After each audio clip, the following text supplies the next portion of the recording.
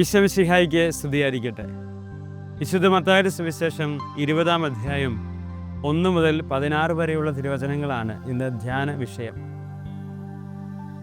ഈശോ കാരുണ്യവാനാണ്, എല്ലാവർക്കും ഒരുപോലെ നീതി കൊടുക്കുന്നവനാണെന്നൊക്കെ നമ്മൾ വാതോരാറെ പ്രസംഗിക്കാറുണ്ട്. എന്നാൽ ഇന്ന് സുവിശേഷത്തിൽ ഈശോ എല്ലാവർക്കും ഒരുപോലെ നീതി കൊടുക്കുന്നതായിട്ട് പ്രത്യക്ഷത്തിൽ നമുക്ക് കാണാൻ കഴിയില്ല.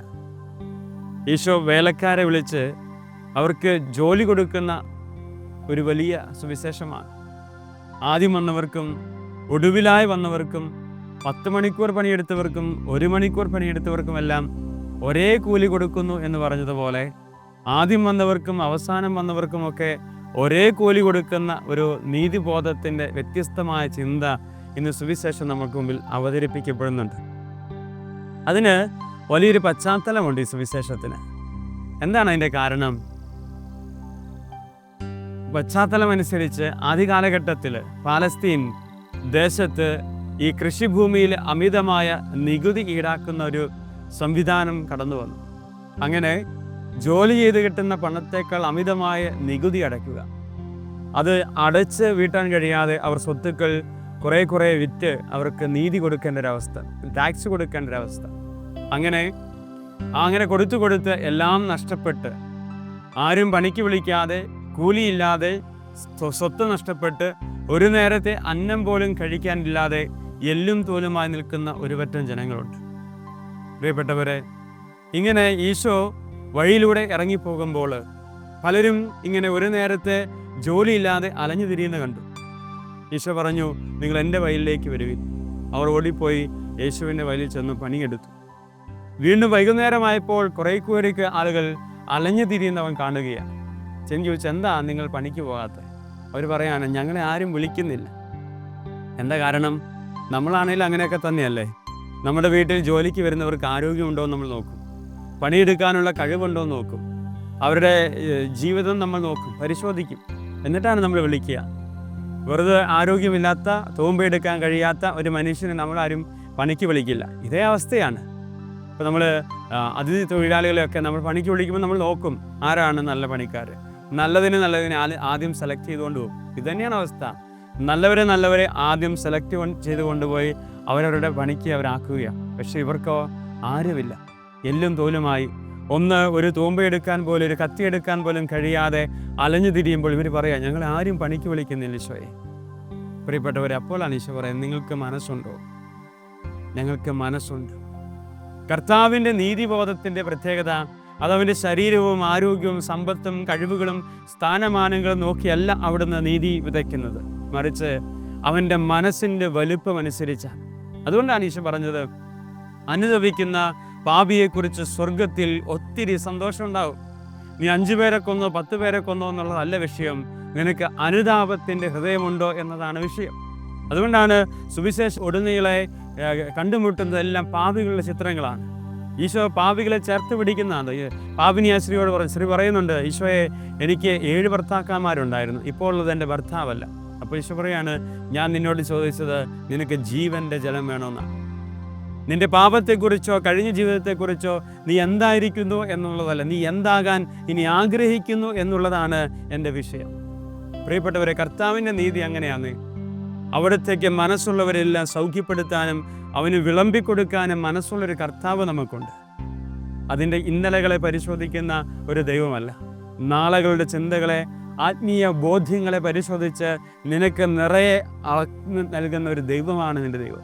ആ ദൈവത്തിൻ്റെ സ്നേഹത്തിലേക്കാണ് ഇന്നത്തെ സുവിശേഷം നമ്മളെ കൂട്ടിക്കൊണ്ടുപോകുക. നിനക്ക് മനസ്സുണ്ടോ എൻ്റെ വയലിൽ ജോലി ചെയ്യാൻ? പ്രിയപ്പെട്ടവരെ, നമുക്ക് ഈശോയോട് പറയാം, ഈശോ, എനിക്ക് മനസ്സുണ്ട്. അതെവിടെയാണ്? എല്ലാം ഒറ്റപ്പെടുമ്പോഴും തളർന്നു പോകുമ്പോഴും തകർന്നു പോകുമ്പോഴും എനിക്ക് വേണ്ടി മാത്രം സമ്പാദിക്കുന്ന ലോകത്തേക്കല്ല, എൻ്റെ ആത്മാവിനെക്കുറിച്ച് ബോധ്യമുള്ള ഒരു മനുഷ്യൻ്റെ ജീവിതത്തിലേക്കാണ് ദൈവം ഇടപെടാൻ ആരംഭിക്കുക.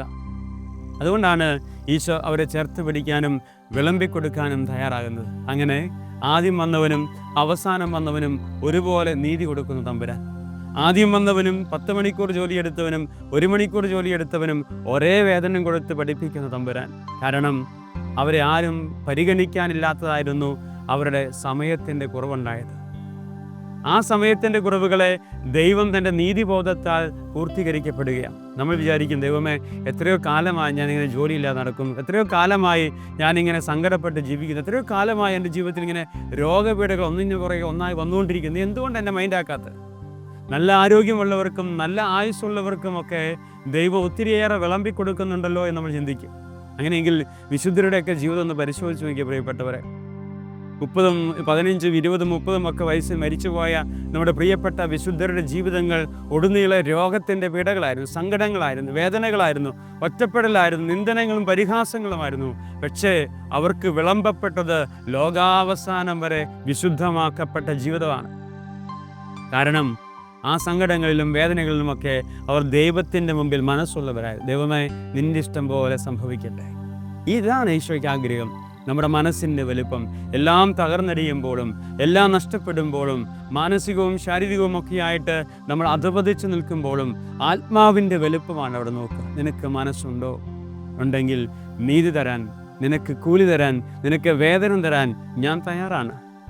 ഈ സ്നേഹത്തിലേക്ക് ഈശോ കൂട്ടിക്കൊണ്ടുപോവുകയാണ് ഇന്നത്തെ സുവിശേഷം. ഈശോയോട് പറയാം നമുക്ക്, ഈശോയെ, സങ്കടങ്ങളേറെയുണ്ട്, പ്രതിസന്ധികളുണ്ട്, രോഗപീഠകളുണ്ട്, തകർന്നടിഞ്ഞ ജീവിതമാണ്, എങ്കിലും എനിക്ക് മനസ്സുണ്ട് എന്ന് ഈശോയോട് പറയാം. നിൻ്റെ മുമ്പിലായിരിക്കാൻ, നിൻ്റെ ഹിതത്തോട് ചേർന്നിരിക്കാൻ, നിൻ്റെ കുദാശകളോട് ഒട്ടിയിരിക്കാൻ എനിക്ക് മനസ്സുണ്ട് എൻ്റെ കർത്താവേ. രണ്ടാമത്തെ ഭാഗത്ത് ഈ വേലക്കാരുടെ പ്രത്യേകതയാണ്. ആദ്യം വന്ന വേലക്കാർ പിറുപിറുക്കാൻ ആരംഭിക്കുക. എന്താ പിറുപിറുപ്പ്? ഈ രണ്ടാമത് വന്ന് അവസാനം വന്നവർക്ക് ഒരേപോലെ കൂലി കൊടുത്തു എന്നതാണ് അവരുടെ പിറുപിറുപ്പ്. നമ്മുടെയൊക്കെ വിഷയം ഇതാണ് അല്ലേ? ചിലരൊക്കെ ഇങ്ങനെ അധപതിച്ച് കിടന്നിട്ട് പെട്ടെന്ന് വലിപ്പത്തിലേക്ക് വരുമ്പോൾ, തോറ്റു കിടന്നിട്ട് പെട്ടെന്ന് ജയിക്കുമ്പോൾ, സമ്പത്തൊന്നുമില്ലാതെ പെട്ടെന്ന് സാമ്പത്തികമായ വളർച്ച ഉണ്ടാകുമ്പോൾ, ജോലിയില്ലാതെ നല്ലൊരു ജോലി കിട്ടുമ്പോൾ അയൽവക്കക്കാർക്കും ബന്ധുക്കൾക്കും ഒക്കെ ഒരു പിറുപിറുപ്പിൻ്റെ അസ്വസ്ഥതയുണ്ട്. അവൻ അങ്ങനെയാണ് ചെയ്തത്, അവൻ ഇങ്ങനെ ചെയ്തത്, അല്ലെ അവനോട് നീതി കാണിച്ചു, അല്ലേ? നമ്മൾ അങ്ങനെ പിറുപിറുക്കേണ്ട ആവശ്യമില്ല. നമുക്ക് അർഹതപ്പെട്ടതെല്ലാം അതാത് സമയത്ത് ദൈവം നമുക്ക് നൽകുന്നുണ്ട്. അവർക്കും അർഹതപ്പെട്ട സമയത്ത് ദൈവം കൊടുക്കുമ്പോൾ നമ്മൾ എന്തിനാണ് ഒരു അസൂയയിലേക്ക്, ഒരു കുശുമ്പിലേക്കൊക്കെ, ഒരു പിറുപിറുപ്പിലേക്കൊക്കെ നമ്മുടെ മനസ്സിനെ മാറ്റി നിർത്തുന്നത്? അതിനാൽ തന്നെ നമ്മുടെ പുണ്യങ്ങളെല്ലാം അവിടെ തീർന്നു പോവുകയാണ്. മറ്റുള്ളവരുടെ വളർച്ചയിൽ അസൂയ ഉണ്ടാകും തോറും ഞാൻ പാതാളത്തോളം അധപതിച്ചൊരു മനുഷ്യനായി മാറുകയാണ്.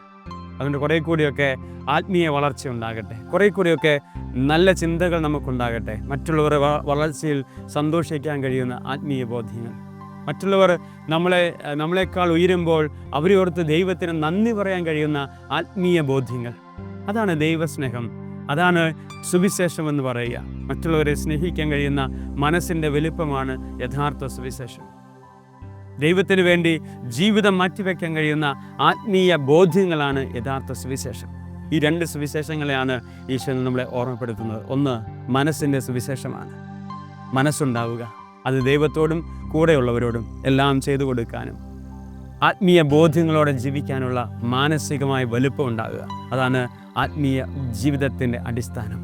2, കൂടെയുള്ളവരെ വളർച്ചയിൽ സന്തോഷിക്കാൻ കഴിയുന്ന നല്ല ചിന്തയുള്ള മനുഷ്യരായി തീരുക. ദൈവം നമ്മളെ അനുഗ്രഹിക്കട്ടെ. ആമേൻ.